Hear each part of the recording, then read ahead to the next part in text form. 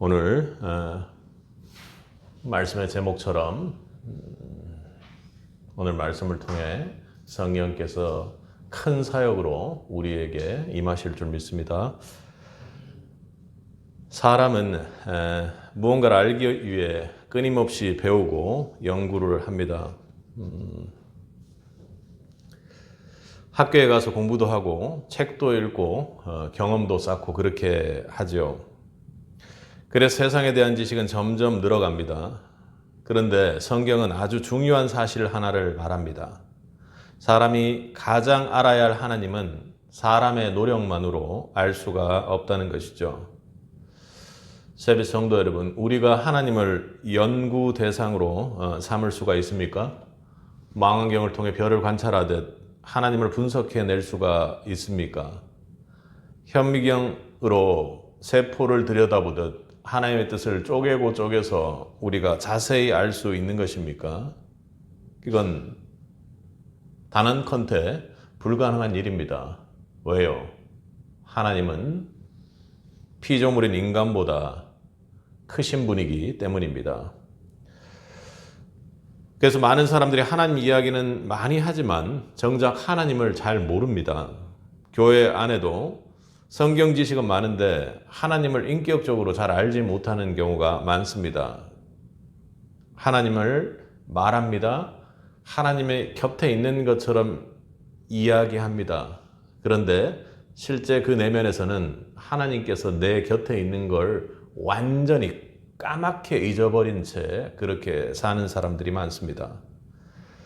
그런데 세상 학문은 많이 배우지 못했어도 참으로 하나님을 깊이 아는 사람들이 있습니다. 여러분, 그 차이가 어디서 오는 것일까요? 하나님은 지식으로 알 수 있는 그런 존재가 아니기 때문에 그렇습니다. 고린도전서 2장에서 사도 바울은 그 답을 아주 명쾌히 말합니다. 바울은 철학자들이 가득했던 당대 최고의 지성도시 고린도에 들어가서 자신의 학문을 자랑하지 않았습니다. 학문과 스펙을 자랑하려고 치면 젊은 우리로 치면 조선의 신진사대부처럼 공부도 잘하고 권력도 있으며 대대손손 정말로 명망가라고 그렇게 지칭받는 곳에 그 시기에 가장 뛰어난 젊은이가 바울이었습니다. 그런데 그가 자신의 논리를 고린도에서 내세우지 않고 오히려 자신은 약했고 두려웠고 힘이 떨었다고 고백합니다. 고린도의 학문이 너무 세서요? 아니요, 그런 것이 아니라 자신이 전하는 예수 그리스도라는 복음이 자신의 지식과 지혜와 본인의 스펙으로 전할 수 있는 것이 아니라는 것을 그는 알았기 때문입니다. 그는 사람의 지혜로 한 것이 아니라 그 반대편에 하나님께서 역사하시고 하나님께서 섭리하시는 능력이 있다고 이야기를 하는 것이죠. 나는 약했으나 하나님의 은혜가, 하나님의 능력이 고린도를 덮었기에 가능했던 일이다, 이런 얘기를 하는 것입니다. 오늘 우리 인생도 마찬가지입니다. 우리는 자꾸 내 경험으로 하나님을 이해하려고, 내 판단으로 하나님의 뜻을 재려고 합니다. 내 인생 중에 필요한 도우미 정도로 그렇게 생각을 한단 말이에요. 그리고 그렇게 살아갑니다. 그래 놓고는 아니라고 이야기를 하는 것이죠. 그날 바울은 우리를 전혀 다른 자리로 인도합니다.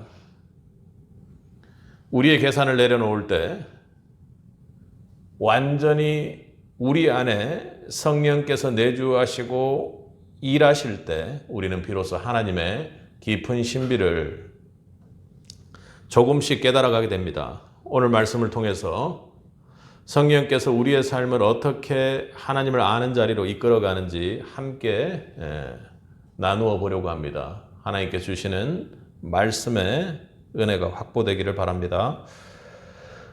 먼저 성령은 첫 번째로 십자가를 볼 수 있는 눈을 열어주십니다. 십자가의 사역을 하시는 것이죠.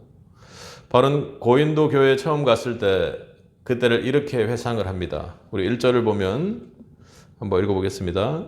형제들아, 내가 너희에게 나아가 하나님의 증거를 전할 때 말과 지혜의 아름다운 것으로 아니하였나니. 당시 고린도는 철학과 수사학이 지배하던 도시였습니다. 사람들은 논리적인 말솜씨를 좋아했고 설득력 있는 강연을 환호했습니다. 지금하고 비슷하죠, 그죠? 미디어 유튜브라는 게 생기면서 많은 강연, 많은 자기 주장, 인생 교훈에 대한 강연들이 얼마나 많습니까?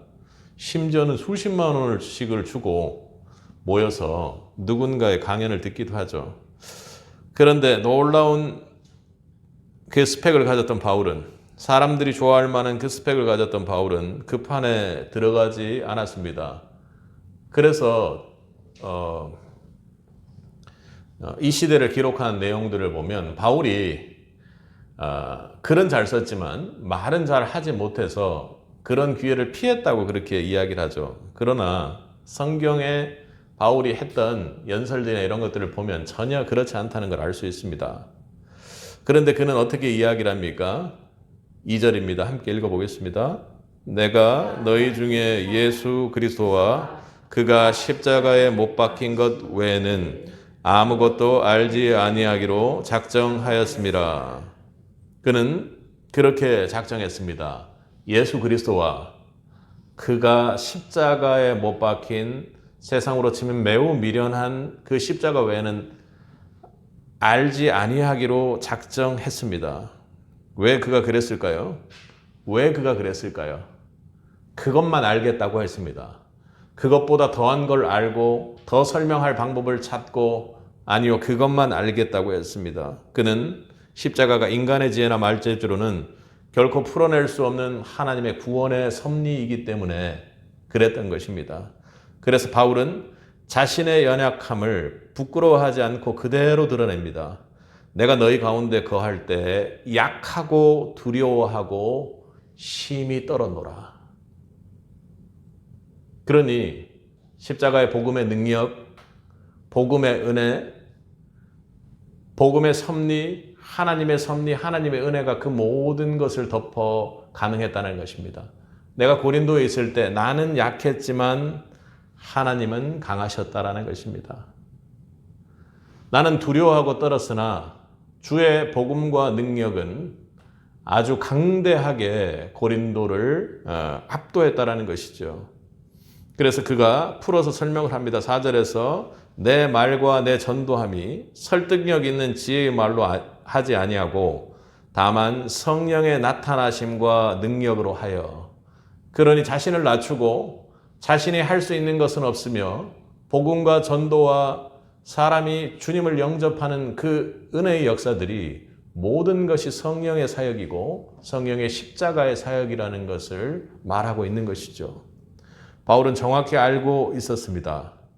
십자가 복음의 전도가, 십자가가 절대로 사람의 생각과 이성과 지혜로는 이해할 수 없는 것이라는 걸 알았습니다. 오직 십자가의 복음은, 복음의 전도는 오직 성령의 역사라는 것을 지금 선포하고 있는 것이죠.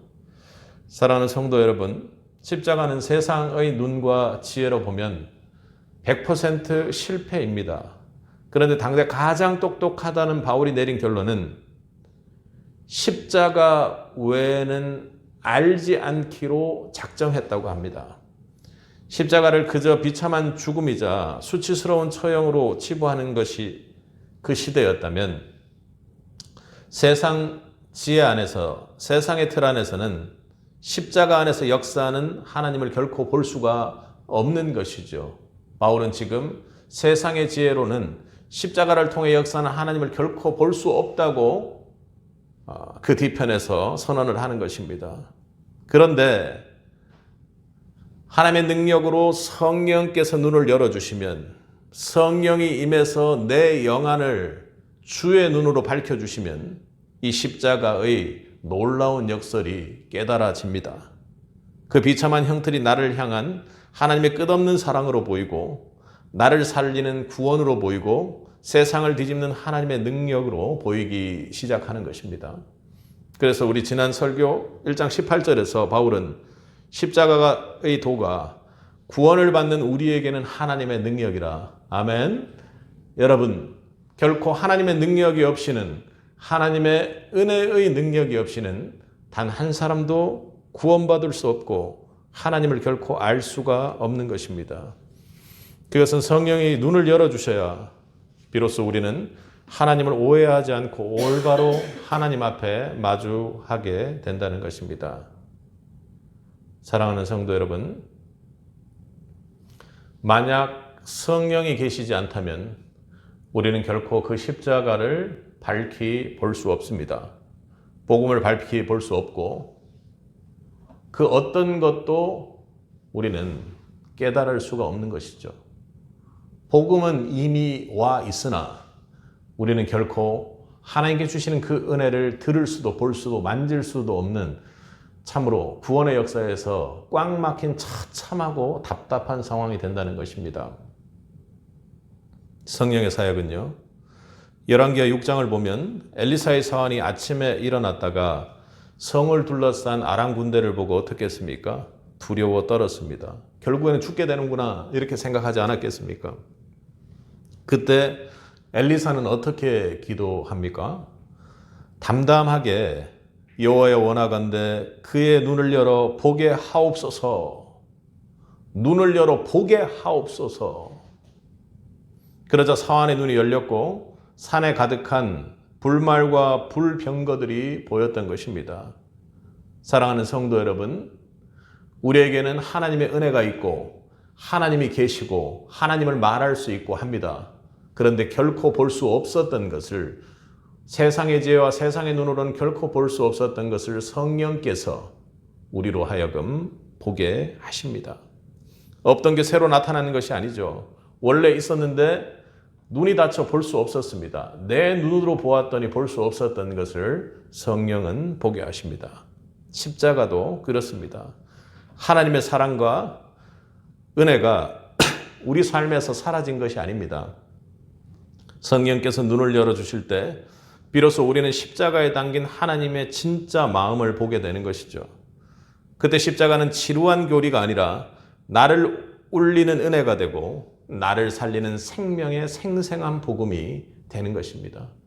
바울이 지금 이런 얘기를 왜 합니까? 왜 하죠? 왜 하죠?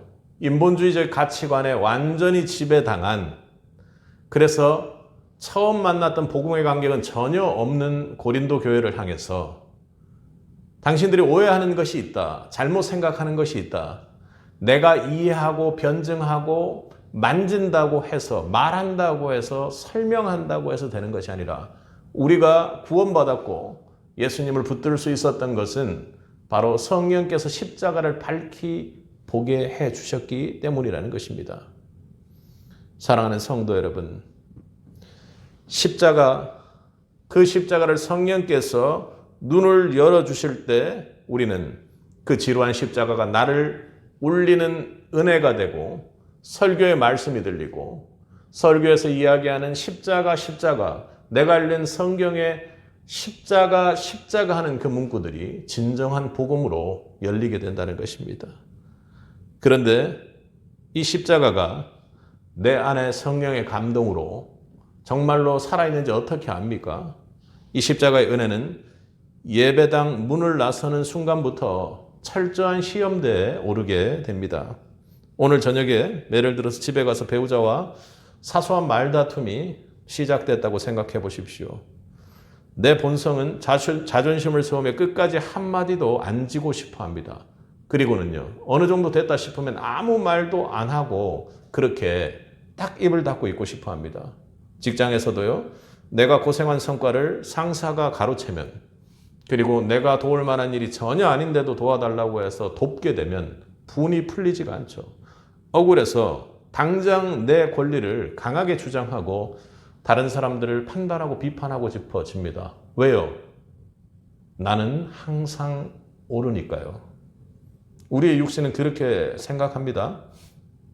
그런데 성령께서 역사하는 바로 그 순간 내 자존심은 무너지고 권리가 침해되는 그 안타까운 상황 속에서도 성령께서는 우리에게 좁고 좁은 십자가의 길을 가게 하십니다.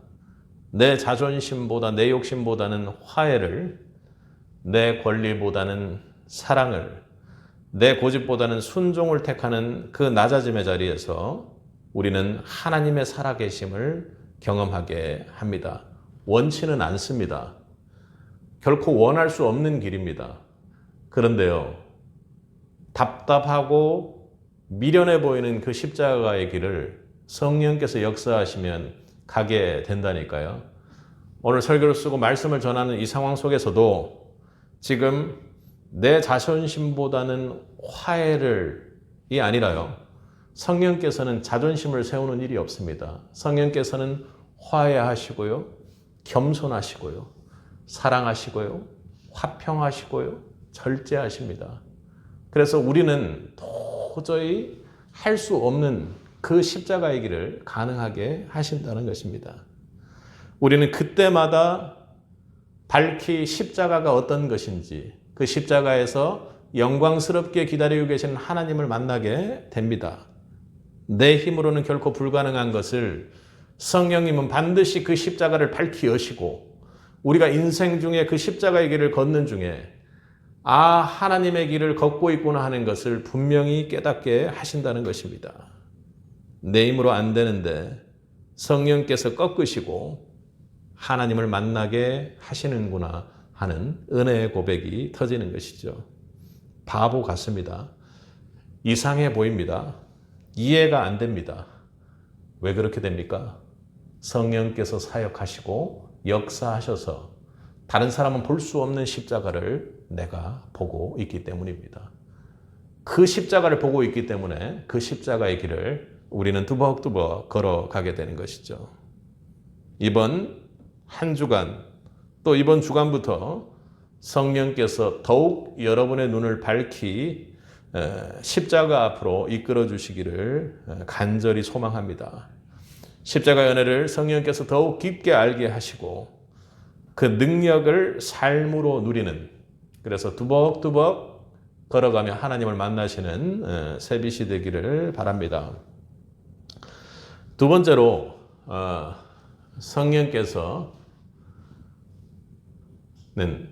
하나님의 지혜를 우리로 하여금 밝히 알게 하십니다.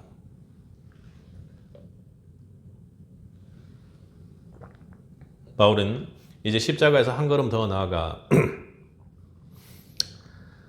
하나님의 지혜가 가진 깊이를 이야기하기 시작합니다. 우리 6절을 한번 읽어보겠습니다. 7절까지 한번 읽어보겠습니다.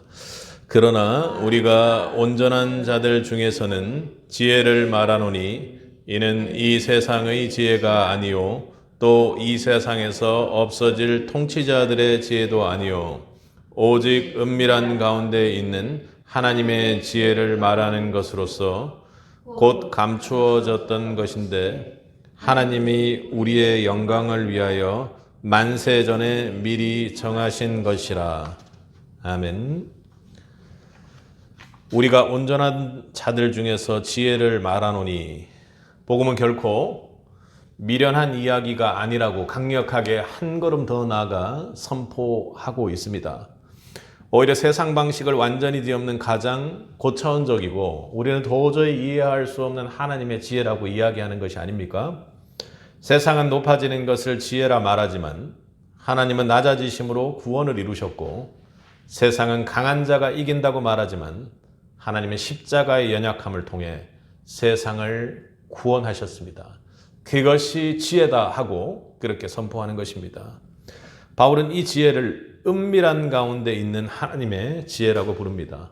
인간이 연구하고 인간이 공부해서 찾아낸 지혜가 아니라 하나님께서 영원전부터 8절을 보면 이 세대의 통치자들 전혀 알지 못했고 하나님께서 영원전부터 준비한 그런 계획이요 하나님의 지혜라고 이야기를 하는 것입니다. 통치자들도 똑똑한 사람들도 결코 알 수 없는 지혜였습니다. 힘 있는 사람도 결코 그 하나님의 창세전부터 세웠던 놀라운 계획을 알 수 없었던 은밀한 계획들이었습니다. 그래서 영광의 주님을 십자가에 못 박고도 그들은 자신이 옳다고 그렇게 했습니다. 얼마나 미련한 짓입니까? 얼마나 바보 같은 일입니까? 우리는 십자가에서 고난당한 예수님을 보고 예수님에 대해 너무 마음 아파합니다. 그런데 반면 그 반대편에서 십자가에 예수님을 못 박은 자가 바로 우리라는 깨달음을 참 알지 못합니다. 우리도 참 비슷하죠. 우리는 자주 눈에 보이는 결과와 나의 좁은 계산으로 대체 이게 무엇이 이렇게 미련하냐 하고 하나님의 뜻을, 하나님의 지혜를 판단하고 원망할 때가 참 많습니다. 그런데 여러분이 성도라면, 하나님이 지혜 있는 분임을 믿는다면 결코 그렇게는 하지 않을 것입니다. 거대한 파도를 윈드서핑 아시죠? 그 서퍼들이 피할 수가 있습니까? 거대한 파도를 만난 서퍼들은 초기에 배운 지가 얼마 되지 않았을 때는 파도가 무서워서 도망치다가 휩쓸려 간다고 합니다. 파도를 무서워해요. 그런데 프로 서퍼들은 파도를 계산하지 않고 오히려 그 파도 안으로 몸을 던져 파도를 타고 다니게 된다고 합니다. 여러분들 인생의 뜻밖의 파도가 밀려올 때 우리는 자꾸 내 계산기, 내 판단 능력, 내 지혜, 내 지식이 지혜라고 생각하며 계산기를 두드립니다. 그리고 내 계산과 수지타산이 안 맞으면요, 하나님을 불신하고 원망하는 자리로 쉽게 내려갑니다. 그런데 하나님의 지혜는요, 늘 우리의 계산보다 깊고 우리의 시야보다 언제나 넓습니다. 아멘. 그를 믿을 수 있길 바랍니다. 그런 것이 어떤 것인지 성경에 참 많이 우리는 보게 됩니다. 히브리서 11장을 보면 아브라함의 믿음에 대해서 이렇게 설명을 하죠. 아브라함 믿음이 어떻게 본토 아비집을 떠났습니까? 그는 갈 바를 알지 못하고 나아갔다고 그렇게 그의 믿음에 대해서 얘기합니다. 그는 어디로 가는지 알지 못한 채로 떠난다는 상식적으로 불안한 일을 감행한 자입니다. 그런데 아브라함은요, 인생의 설계도를 다 받아보고 움직인 자가 아니었습니다. 하나님 말씀하셨기에, 그분이 선하시기에 앞으로 닥칠 모든 파도에 자신을 그냥 던졌습니다. 그리고 놀랍게도요, 그가 한 걸음 한 걸음 갈 바를 알지 못하고 하나님 말씀대로 그렇게 나아가는 순간순간마다 그는 하나님을 만나고 내 인생 중에 하나님이 삶으로 살아계시구나 하는 것을 깨달으며 나아갔던 것입니다. 바울이 말하는 하나님의 지혜가 바로 여기에 있습니다. 하나님의 지혜는요, 우리를 이해시켜 준 뒤에 움직이게 하는 지혜가 아닐 때가 많습니다. 왜요? 하나님의 지혜를 우리가 이해할 수 없기 때문입니다. 하나님께서 차분히 세밀하게 설명해 주시지 않으셔서가 아니라요, 하나님의 그 놀라운 지혜를 우리 인간의 능력으로는 결코 이해할 수도 받아들일 수도 없기 때문에 그렇죠. 인생이 내 뜻대로 짜이지 않아 불안할 때 여러분이 들고 있는 계산기를 꼭 내려놓을 수 있기를 바랍니다. 하나님의 약속을 더 크게 신뢰하는 새빛이 되기를 원합니다. 다 이해되지 않는 그 길을 신뢰함으로 걸어갈 때 하나님은 온전하신 분이구나, 하나님은 하나님이시구나 하는 그 놀랍고도 크신 하나님을 여러분은 온전히 깨닫게 해 주실 것입니다. 우리 9절에서 10절을 읽겠습니다.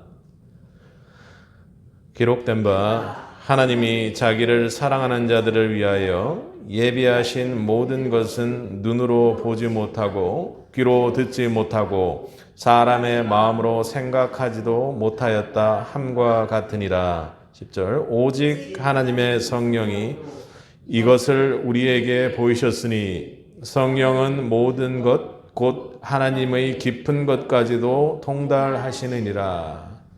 아멘. 바울은 9절에서 눈으로 보지 못하고 귀로 듣지 못하고 사람의 마음으로 생각하지 못하였다고 그렇게 말을 합니다. 하나님의 지혜는 인간의 경험과 계산을 보기 좋게 훌쩍 넘어버립니다. 하나님 우리가 보는 것보다 더 멀리 보시고요, 더 깊이 보시고 우리가 생각하는 것보다 더 크고 더 선한 계획을 하나님께서는 반드시 가지고 계심을 믿을 수 있길 바랍니다. 성령께서는 우리의 마음을 붙드실 때 우리는 상황에 끌려다니는 인생이 아니라 성령이 붙드시면 현실 너머에서 일하는 하나님의 지혜를 신뢰하는 법을 배우게 됩니다. 보게 됩니다. 만지게 됩니다. 하나님이 섭리하는 역사가 얼마나 멋진 역사인지를 보게 되는 것이죠. 내 짧은 이해보다 하나님의 신실하심을 선택하고 그분이 갈 것이기 때문에 그렇습니다. 그래서 우리의 인생을 가장 완전하게 경영하시는 하나님을 더 깊이 알아가시는 그런 새빛이 되기를, 성령을 꽉 붙들고 그 역사를 목도하는 새빛이 되기를 주님의 이름으로 축복합니다. 그리고 세 번째로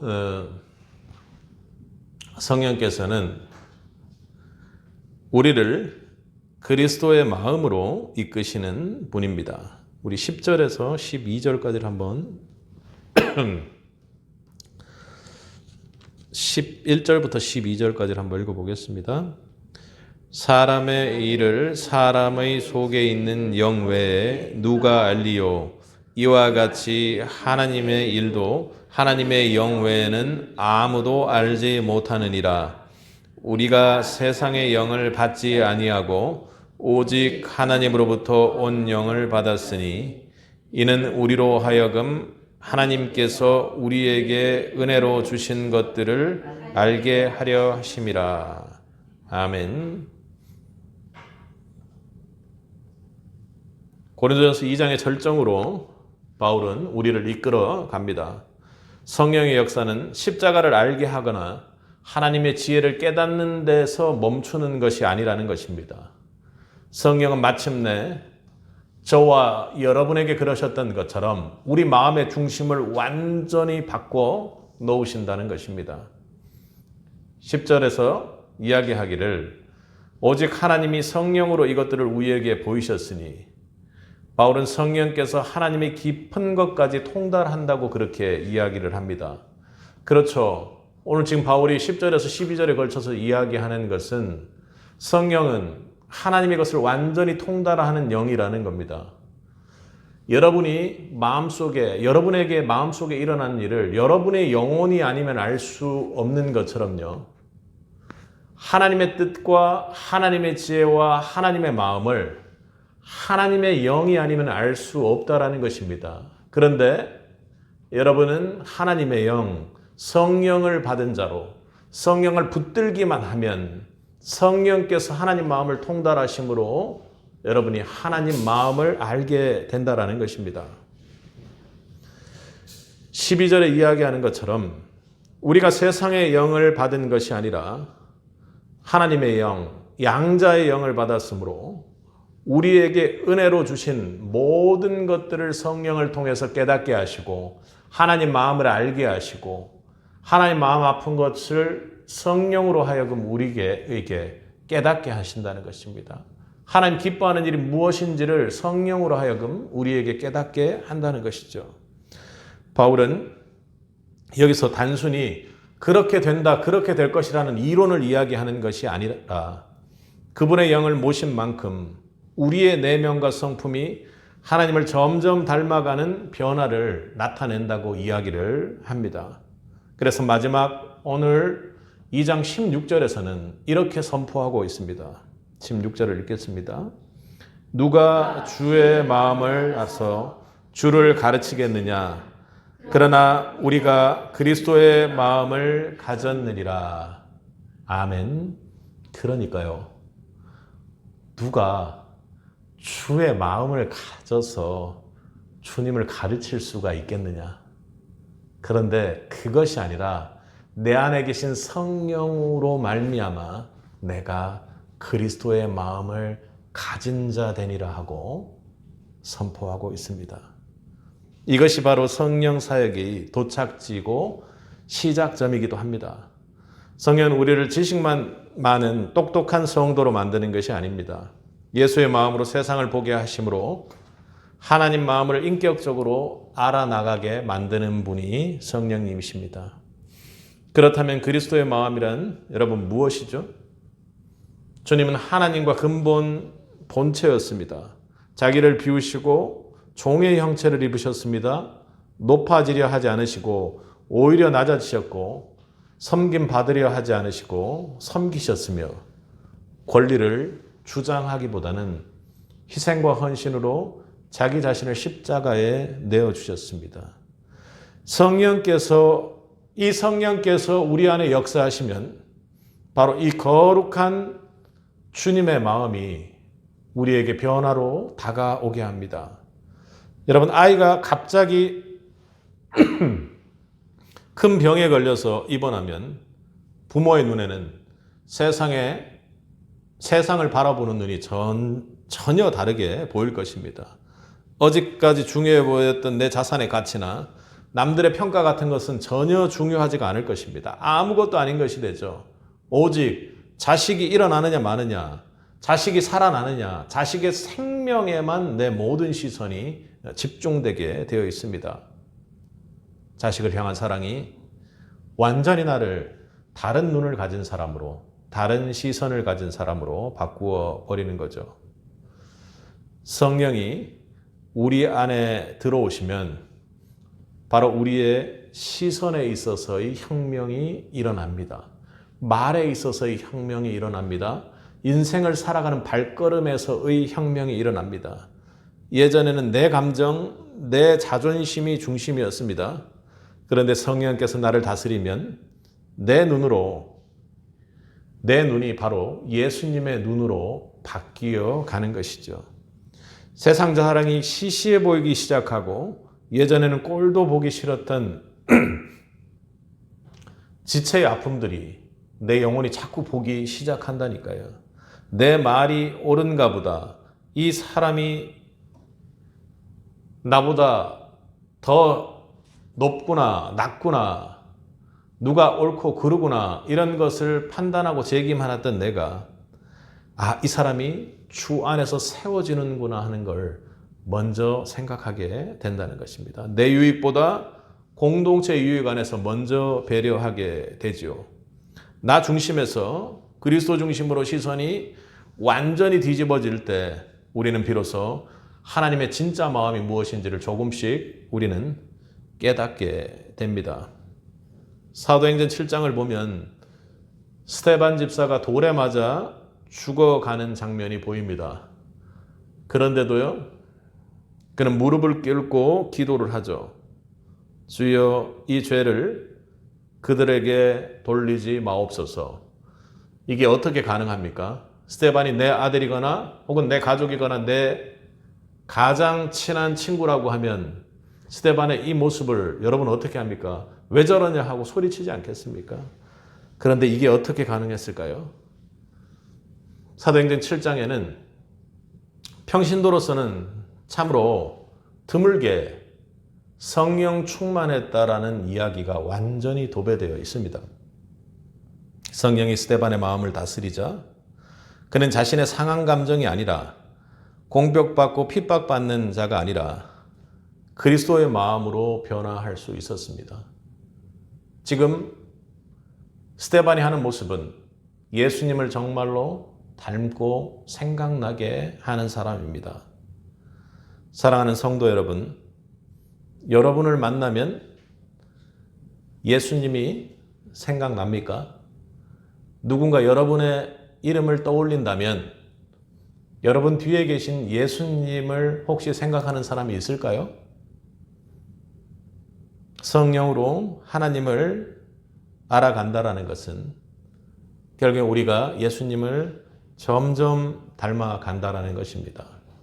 성령과 함께 하면요, 우리가 나이 들고 육신이 늙어가는 것이 우리 인생에서 참으로 놀라운 은혜라는 것을 깨닫게 됩니다. 성령께서 나와 함께 하시는구나. 성령께서 나로 하여금 저 사람들을 긍휼히 여기게 하시는구나. 이전에는 내 자존심 때문에 용서하지 못했던 사람이 용서되는 인생을 살 때 참으로 내가 내 안에 계신 성령으로 말미암아 주님을 닮아가는구나 하고 그렇게 행복해하고 즐거워하며 그렇게 보낼 수 있다는 것이죠.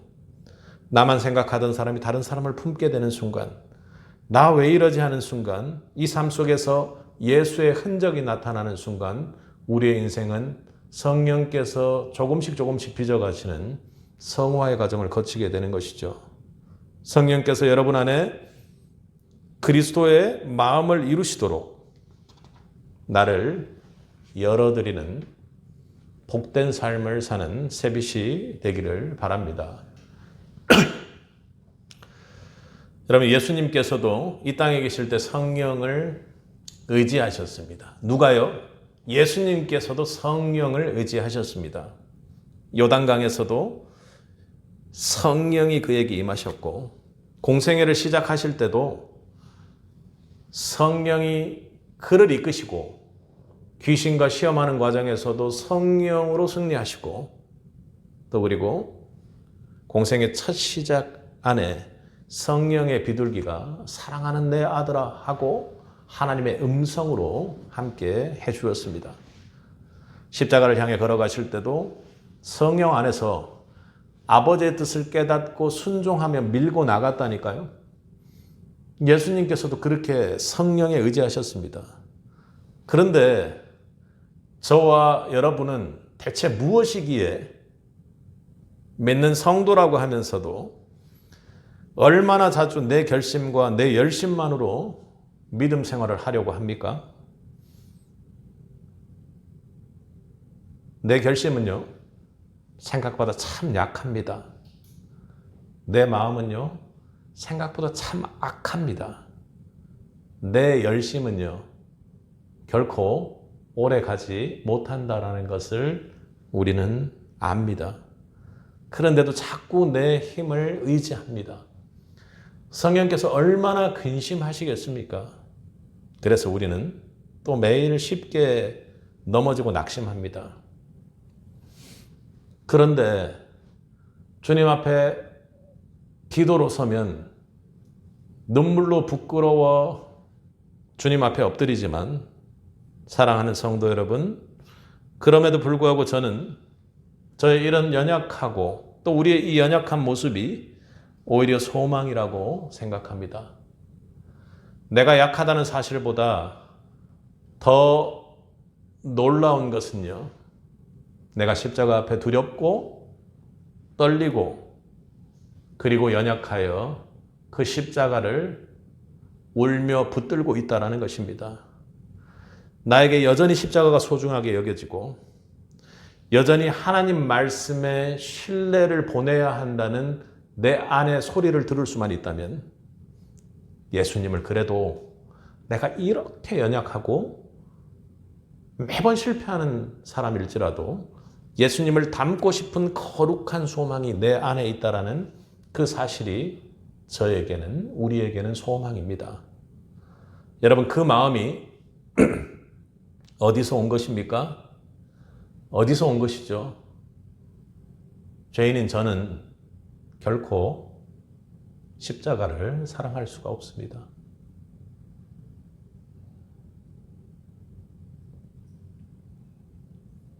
그런데 하나님께서 우리를 아끼시고 사랑하셔서 아들 예수를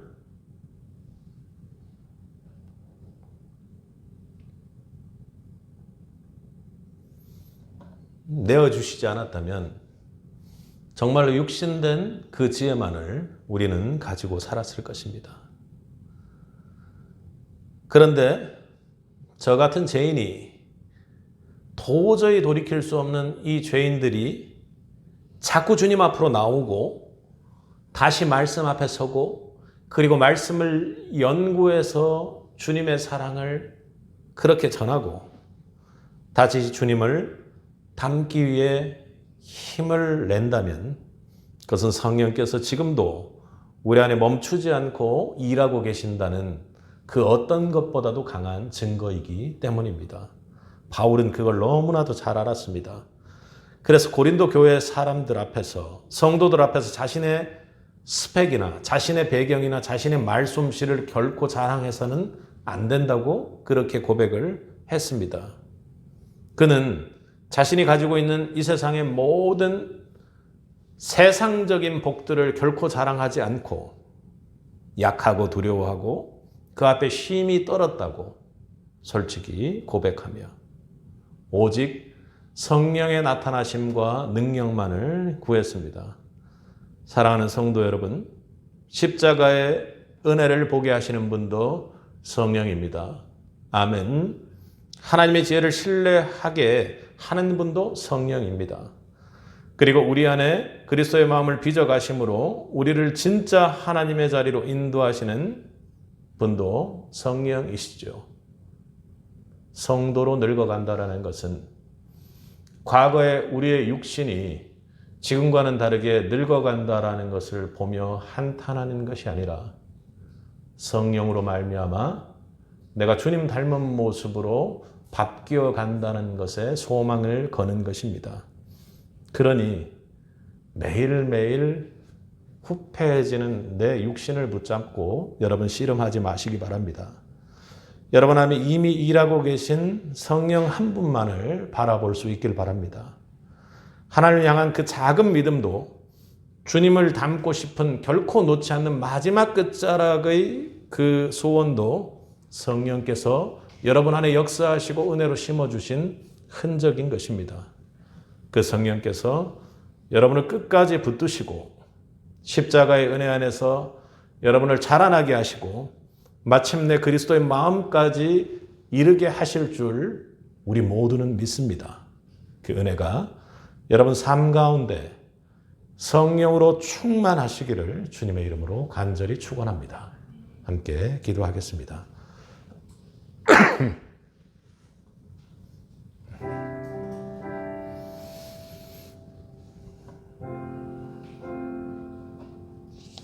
저를 너무나도 사랑하시는 하나님 아버지, 우리의 연약함과 우리의 부족함, 그 모든 것을 오늘 이 자리 솔직히 고백합니다. 내 힘과 내 지혜로는 하나님을 한치도 알 수 없음을 깨닫고 오직 성령 하나님께만 의지합니다. 우리 안에 계신 성령께서 날마다 우리의 눈을 열어 십자가의 은혜를 깊이 보게 하시고 흔들리는 세상 속에서도 갈팡질팡하는 우리의 마음이 아니라 하나님의 완전한 지혜를 신뢰하게 하옵소서. 무엇보다도 결국에는 우리 안에 그리스도의 마음을 이루어 주셔서 우리의 생각과 시선이 주님을 닮아가게 하시고 내 중심의 삶에서 완전히 벗어나 하나님의 깊은 마음을 헤아리는 주의 친밀한 자녀가 되게 하옵소서. 내 안에 주님께서 이미 역사하시고 내 마음 가운데 섭리하시고 주님의 뜻대로 이끌어 주실 줄 믿습니다. 주님 더욱 성령 하나님을 붙잡을 수 있도록 은혜를 베풀어 주옵소서. 오늘도 살아 우리 안에 계시고 우리를 이끄시고 가르치시는 예수 그리스도 이름으로 기도드렸습니다. 아멘.